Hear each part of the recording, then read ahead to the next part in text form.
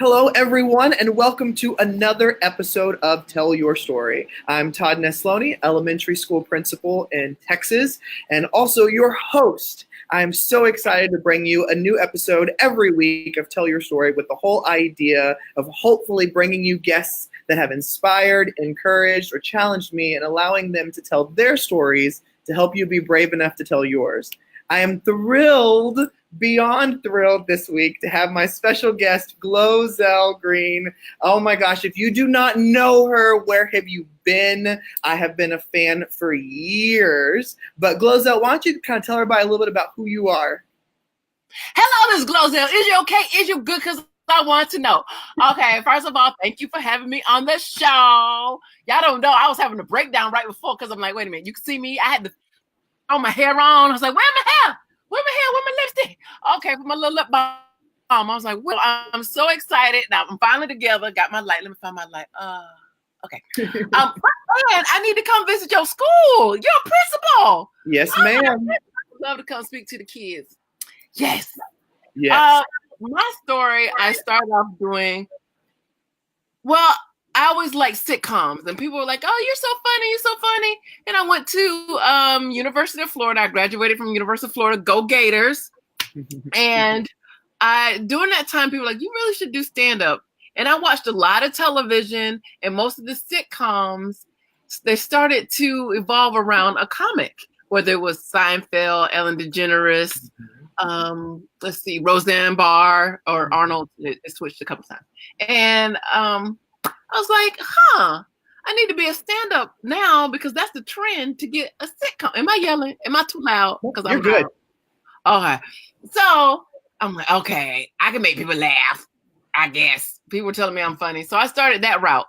But at night, it's a whole different crowd. You know, I feel like my comedy is light, it's clean, you know. And at late night, all kinds of things are saying. I was like, oh, okay, all right. And I've been bumped a few times. I've been bumped by some of the greats, so that was okay. But when you get 10 people to come late night and what do you do? Valet park, pay for valet park, and 2-drink minimum, whether it's a soda or whatever, and buy an entree, and then you get bumped, and you have to ask them, "Can you come back because I need at least 10 people before they put me on the stage?" That gets old real quick, but I have been bumped by Robin Williams, a couple of the weigh-ins, Jamie Foxx. So I was like, well, at least y'all saw somebody great, you know. So when YouTube came around, I'm like, wait a minute, it was just a storing place. I'm just gonna put some ideas there, and then one day I'll have a show, I'll be on television, and it'd be amazing. But what had happened was I didn't know anything about YouTube, and nobody really knew anything about YouTube. And it just started building up an audience. And someone's like, do you know that there are people watching you? I'm like, no, I'm just, putting it up there. And so I have all my ideas because I have notebooks and pads everywhere. I'm like, oh, this computer thing, that's pretty cool. And then people started recognizing me in the street. I'm like, well, you know me from? You know me from YouTube. I'm like, what? I haven't even been paying attention to it. So then I'm like, let me pay attention to this. And I was trying to get all the comments. I'm like, look, you don't have to be out late at night.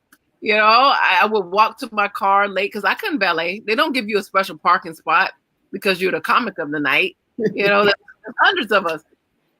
And I was like, excuse me, sir, can you get off my car? Because it's not in the best of neighborhoods. It's not like, oh, we're in Bel Air or Beverly Hills. The comedy clubs are, hardcore LA late at night. Right. So I got tired of that really quick, and it started. It's just scary, but the YouTube thing happened, and I was like, "This is it. I'm going to stay right here." And it's been excellent, and a lot of opportunities have come from that. So that's amazing. But you see, I'm talking to the principal in Texas. So I think about you as a kid. Were you the same kind of big personality as a kid in school as well? Yes, I am the big personality.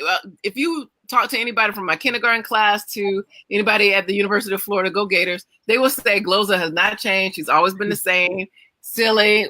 And now I've got plenty of people in my family like, when are you going to grow up? I'm like, I don't know. You've been asking for over 40 years now, so I don't think that's going to happen. That's right. So did you like school as a student, or did you find that with all your artistic brain and just that creativity and that humor that it just wasn't a place for you to fit in? Or what did you think about school when you were going through it? I personally love school. What was interesting? What? Oh, that's my child. Close the door. Close the door. You stare. Close the door. Thank you. Okay. You gonna? Okay. Come on. I'm listening. If you can repeat the question. Yeah. So what did you think about school? I enjoyed school, and my school was small. I went to a small private school, Trinity Lutheran and Luther High, and I enjoyed it. I was also determined to be voted most humorous because Jim Carrey was voted most humorous. Robin Williams voted most. I'm like, the people who get most humorous in high school, they get to be famous. They get to be celebrities. So I started early. I'm like, I'm gonna make everybody laugh forever and ever. By the time I get to high school, I'm gonna get that, and I did. It was between me and Nestor. And I was like, Nestor better not get it, and so I got it. And you won out. I won. I wish him the best though. So, you've had a lot of great opportunities since going viral on social media and on YouTube. I mean, you've got to meet some pretty amazing people that I'm sure growing up, did you ever think that your life was going to be allowing you to meet those kind of people? No, not at all. I never, I thought it was just a place to just leave my thoughts. I never knew that, YouTube or the internet was going to grow. I mean, I learned on a typewriter, so there was no computers when I was coming up. When you had a computer, it was huge, and I used a cassette tape. Like this is. Don't you see? I'm trying to be famous. Say hi. Oh. This is GloZell. What's your name? Yes, I recognize her. Right, she's so cute. What do you say? Hi. You say thank you. Okay. Oh. And I'm being famous right now. She thinks she's famous. So, who has been somebody that was one of your favorite people to meet? Well, I have. Yes, GloZell, I have to say, former President Barack Obama, because how it all went down. I was at the White House, and me legitimized me to people who didn't really understand the internet. Now everybody is like, oh, the internet, I'm going to, but anybody stay doing that. So it put me on the map outside of just the internet world. And then that's funny enough, something we actually share in common, because I have met President Barack Obama too. And it was it was such a cool experience. And he was everything I would have imagined him to be. Did you smell him? He smelled good. I got to shake his hand and take a picture with him. So definitely one of the coolest moments of my life, getting to kind of just meet him and talk to him too.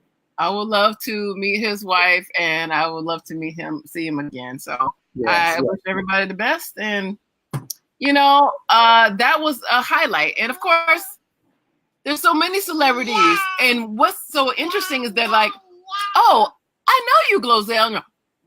Because I'm in my own little world. And when you go out, people recognize you, like, that's Gwen Stefani. Oh, hi, GloZell. That's Ariana Grande. Oh, hi, GloZell. And you're like, what? Because that's what they're watching backstage. That's right. Everybody's seen the GloZell video. These are the most famous lips on the internet. There you go. So, I want to ask a question. Part of this whole video series is being out there and telling your story. And, you've got this great big persona online, but you also, in the last couple of years, really shared a really personal journey as well. Kind of tell our listeners and viewers a little bit about that and why you decided to share that so publicly. Well, I was already sharing things, and I honestly did not know that the journey was going to take as long as it did, and it was going to be so hard. I thought what we're talking about now is how GloZell got here. Mm-hmm. Yay! GloZell, I did 12 IVFs, And I thought I was just gonna drink some green juice, lift some weights, be cute, bada bing, bada boom, take some pills, and I was gonna have a kid. But it didn't work out that way. It took a lot of money, a lot of time, and also a surrogate. Someone else carried her. And that was an issue for some people also, because our surrogate is as white as snow. She's just blonde hair, blue eyes. And people thought like, oh, you just trying to have a biracial baby. Like people didn't understand IVF at all. So that was another thing that I'm like, oh man, I put it out there. Now people can say whatever they want to say. And until she was born, it got to the point like, well, is she gonna be black? Like look at this child. She's not mixed with anything else. So people just didn't understand how IVF worked. And so there was a lot of criticism there. Plus, there was a religious factor. People were saying, well, if God wanted you to have a kid, then it wouldn't have been so hard. So you just like, wow. Yeah. And then there's other people like, well, why don't you just adopt? You know how many people that? And I'm like, well, if I got to that point, then fine. I wanted to try to have my own biological child, which she is, with my husband and myself. Right. And I mean, she's adorable. She's gorgeous. You share her often, her journeys and things like that. Knowing that you have such a broad reach, do you ever look back and wish that there were parts that you had held back, or are you really proud and glad of the way that everything turned out? I'm very, very happy and proud, because as I was talking about my journey, and like I said, I didn't know it was going to be such a journey. Because I'm like, no, I'm going to keep trying. I'm going to keep going. I'm going to keep doing this. And then, wow, I can't carry. Now I have to get a surrogate. And they're introducing the surrogate. And then she has kids. And we're, showing everybody. Yeah. So I got a lot of emails from people and women like, you know what? I've gone through that. And I'm going to keep trying because you tried. And, oh, my child is a product of IVF. Or my sister or my cousin or my girlfriend or my wife, we went through this. And that is a whole nother group of people that I would have never known I was in common with, because my audience was pretty much kids. Right. And that I'm like, I'm good with kids. I am a kid. That's fine. And then this issue came. And so now my audience has broadened so much, because usually people would come up to me only if they had kids, and the adults would be like, I don't know who she is. But now it's everybody, and I appreciate it. Now there's people who grew up with me who have their own kids, so that's great also. Has there been anything that's been surprising about you being that open? Anything that just caught you off guard that you were like, wow, that I would have never expected that? The amount of people who have fertility issues, that was very, very shocking. So. Yeah. And it's not overly shocking now, but a lot of people do share things with me because I'm in their homes. I would explain to agents and managers and like, why don't I don't understand why the kids love you. Well, television and film, you don't sit at the television like this. You don't sit at the movie theater like this. But your phone is I'm physically closer to my fans. At the time, now everybody's online and everybody's doing videos. But there was a time where it wasn't that many of us, and very few looked like me. And I was in your home. I was very, very close physically to the person watching, and that also helped a lot. Me getting with people sharing their lives with me, from sick people, from hospice, people from. I mean, a whole lot of things. I've had fans that I've known that has passed away. I have fans that know that have had kids. It's such a spectrum. What is one of your favorite videos that you've made? One of my favorite videos that I've made, well, the most popular one is the cinnamon challenge, because that one I actually almost died. So I'm like, oh, people are really enjoying that. I literally died right here. And that one really put me on the map. But there's so many when I talk about when Kesha was first out, and I do videos about her and Nicki Minaj. Those were a lot of crazy fun ones. Anything that was messy, any kind of challenges where I'm swimming in a pool of a tub full of Fruit Loops. Yeah. Cereal, all kinds of crazy stuff. Well, I remember watching your videos when I was in high school, and just my cousin and I watching. Our favorites were always where you would pick these really popular songs like Kesha, and you would just go through the lyrics and be like, what are you talking about? Like, what does this even mean? Who does this? And it was so, I mean, we would watch them over and over and over again because it was just so funny. Thank you. Yeah. So, you know, thinking glad about that you watch them, and look at you. You watched when I was a kid, and now you're over a whole lot of kids. That's so sweet. Right. We grew up together. That's right. That's exactly right. So, you know, looking forward at what you have in your future, do you have big plans coming up? Anything that you'd want to share? Yes. I want to make sure that you still can check out Wreck-It Ralph 2, because I did Trolls voiceover, and Wreck-It Ralph 2 is still in some theaters, but it's out on Blu-ray, so make sure you get that. I play Little Debbie. Also, I'm going back to live stage, so that's coming up soon. And I'll let everybody know the dates and times and a possible tour with that. And so it's a really good place to be. And when I say I would like to come to your school, like, I mean that. That'd be great, because I do want to do more motivational speaking, and youth is you're a principal over high school? Elementary. Oh, even better. Oh, my God. Yeah, so that's incredible. That's awesome. So, you know, your mom, I see her in videos and things too. How does she feel about all this? And was she ever at a point where she's like, I am not getting on camera, I'm not going to be a part of that? And then now she totally is. At the beginning, like, oh, you're embarrassing. What are you doing? Stop doing that. Get a job. Now I'm doing videos. If I'm at her house or if I'm doing a video, here she come popping her little stuff in. I'm like, I ain't asked you to be in my video. Can I do my? And then so I had to purposely put her in the video because she would jump in the video, and I was like, I'm trying to show people that my mom is crazy, but people love her. Yeah, they love her craziness. I'm like, okay, well, you see where I get it from. I love it. So, what is one thing that you wish more people knew or understood about you? The one thing I wish more people knew or understand about me is that I guess for everybody that you're a real person.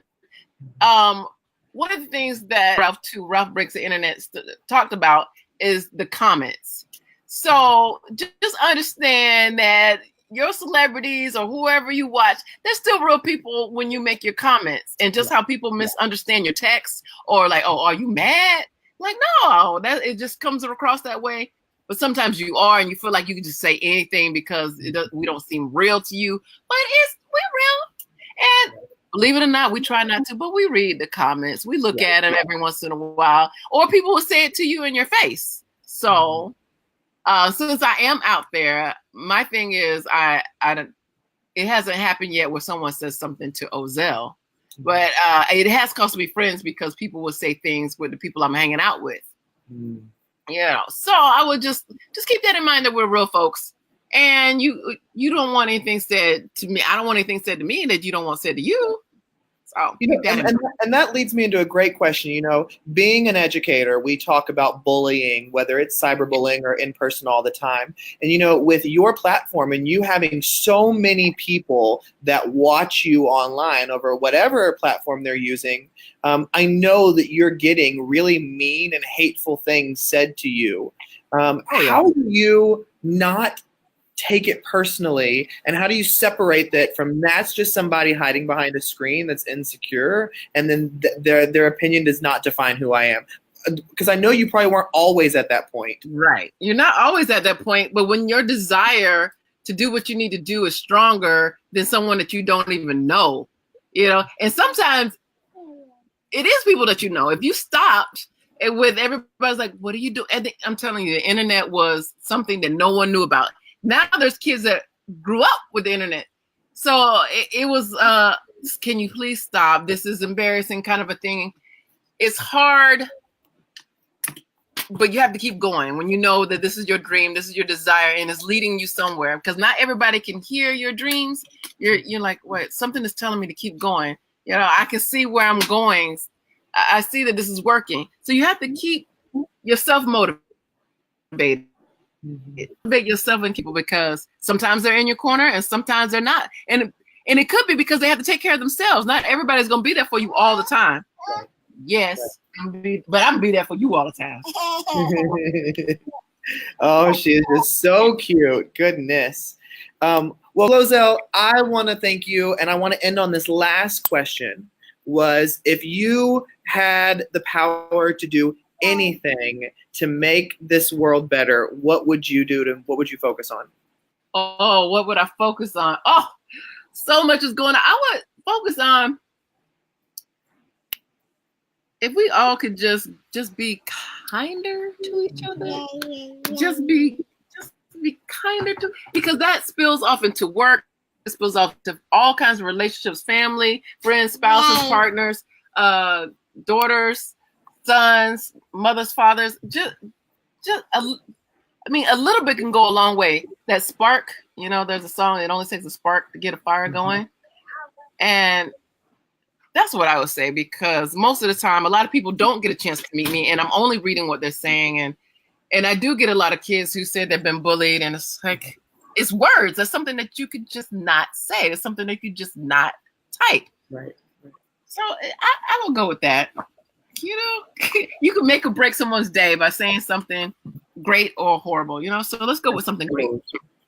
Well, GloZell, I've got to, I have been, like I said, a fan for years. When you agreed to come on the show, my wife can tell you I almost cried. We were both jumping up and down, and I was like, okay, no, I just hope she actually shows up and that I actually get to do this. And so it has been such a joy. And I was having issues. I'm like, oh no, he's gonna figure that I'm not trying to do this. I'm like, I can't figure this out, because people just assume I'm just tech savvy, and I'm like, I learned on a typewriter. I don't know. All these new gadgets. I'm like, what? You can't just Skype. No, we're BTV. I'm like, okay, well, I'll figure it out.